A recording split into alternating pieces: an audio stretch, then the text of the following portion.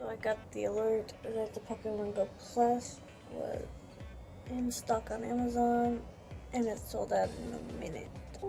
I did not even get a chance. That's amazing. Today I have a doctor's appointment at 5 o'clock.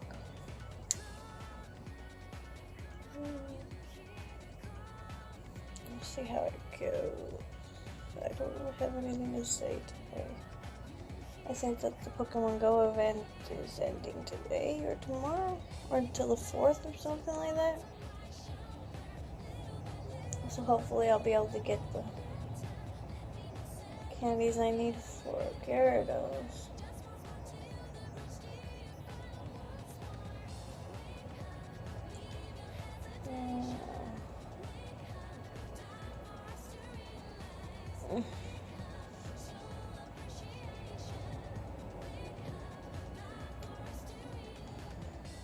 Today's gonna be a busy day. I thought I would do a little bit of a life update vlog. I didn't get a lot of stuff done today. I think I did one piece of art this week.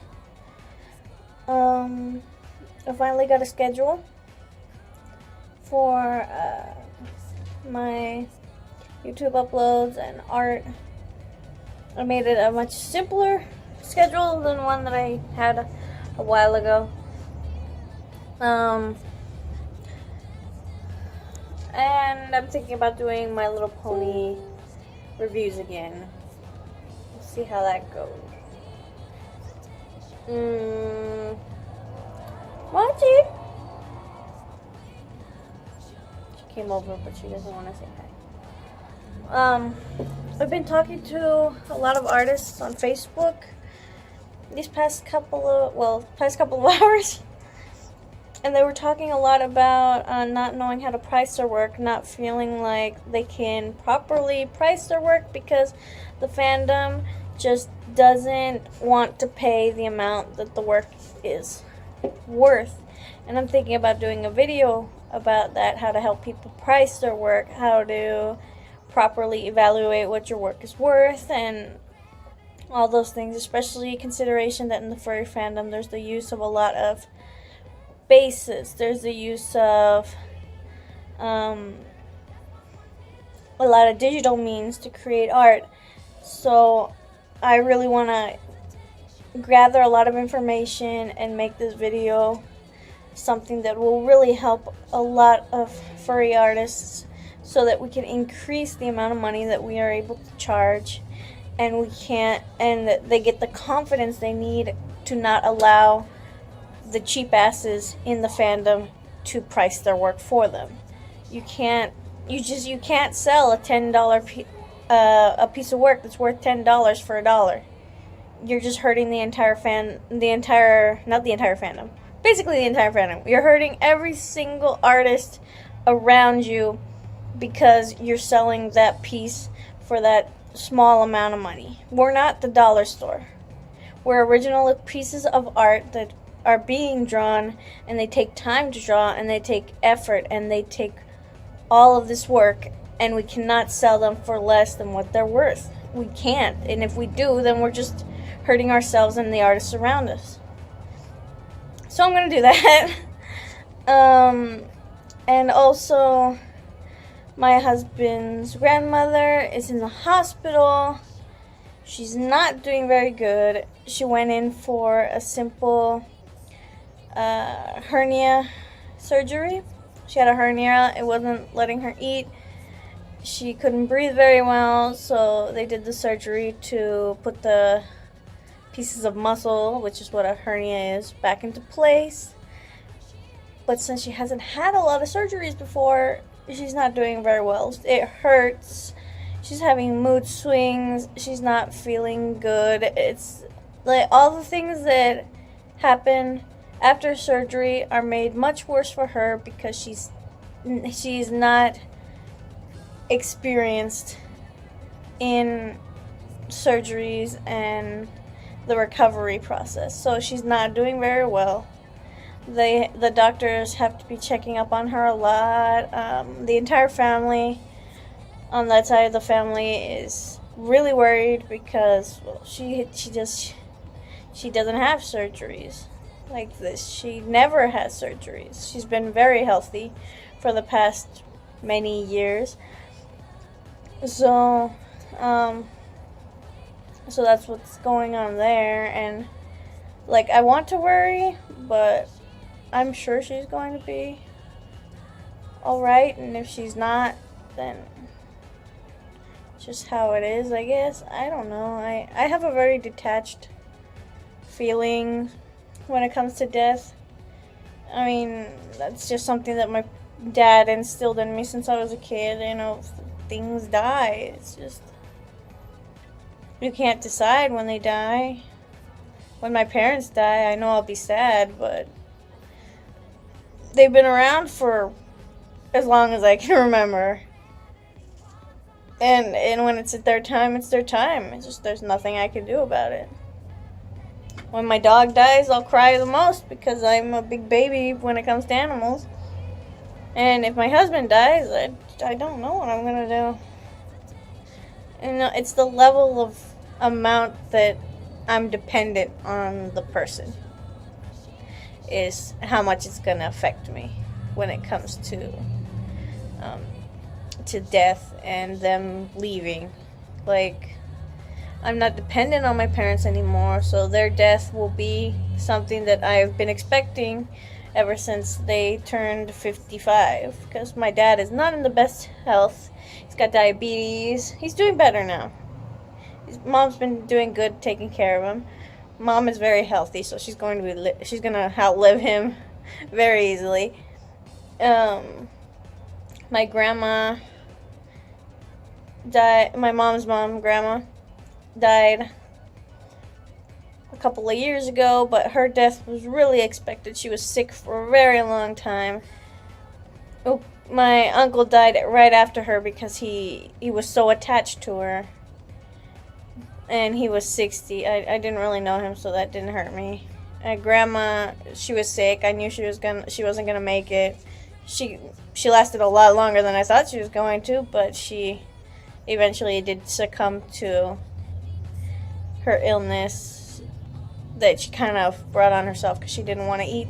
But then I got sick not too long ago, and I understood why she didn't want to eat. So it's like I understand now why she got so bad so fast, and I understand now why she didn't want to eat. You're sick, and you don't feel like you're like eating. Eating just isn't something on your mind. You don't feel good. So I understand how she felt, but that does not make me sad that she died. She was old. She was over 80. She lived a long, good life. She got to see great-grandchildren. So she had a good life, and it was good. When my dad's mom dies, I don't think I'll be sad either. I mean, she also got to see great-grandchildren. She lived in a very interesting and fulfilled life. She is a strong woman still, even after having a million surgeries, having her intestines destroyed by my youngest uncle. He's like in his 40s right now. That's a long story. If you want to hear it, let me know. But she's living right now with no large intestine. So her days are not the best. She can't eat the food she used to eat, but she's still going. She's taking care of my cousin's kids every single day. She's walking them to school every single day. So she's still moving and doing, and still a very strong woman. And the day that she dies will be the day that she finally gets to rest. The day that she doesn't have to be doing all these things every single day. And that'll be just the way it is. I don't feel like an old person dying is as much a something to completely destroy you, as if a child dies or a spouse dies, unless your spouse is like 40 years older than you, and then you know you kind of signed up for that. Hashtag controversial opinions. But that's just the way I think about it. It's not the way that it is for everybody else. It's just my opinion about how I feel when it comes to death, because it's not something we can completely prevent. It's not something we should prevent. I don't want to live forever. I would never want to live forever. How boring would that be? Eventually, you've met everyone. You have seen everything. You've eaten everything. It's just, there will be no more new experiences, and then you just have to relive old experiences. Unless you're me and you don't remember what you did yesterday morning, then everything's a new experience. But it's like, anytime anyone says about immortality, it's always more of a curse than it is a blessing, because it's just you watching your friends die forever. That's all it is. So I fully embrace death. I will allow death to be a thing in my life. Death has always been a thing in my life, and it's something that I can't prevent. And it's something that I have decided I will just let exist. And when it comes, it comes. And if it passes by, it passes by. That's just how death is. So, I haven't done anything art related. I just got a commission, so I'm going to be working on that, so at least you get to see something new from me.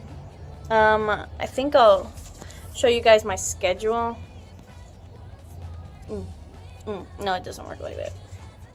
Oh, I don't know if you can see it, but this is my schedule.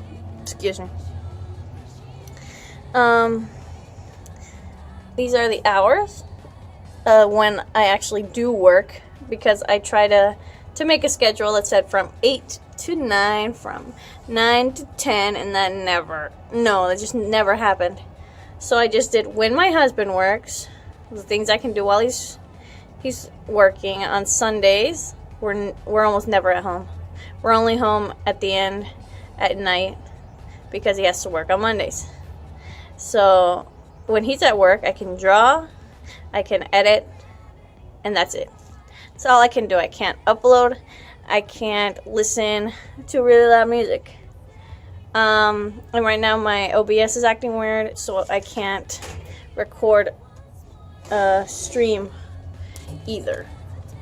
So then there's after 3, which is after when my husband gets out of work, except for on Fridays, where it will be after 1:30.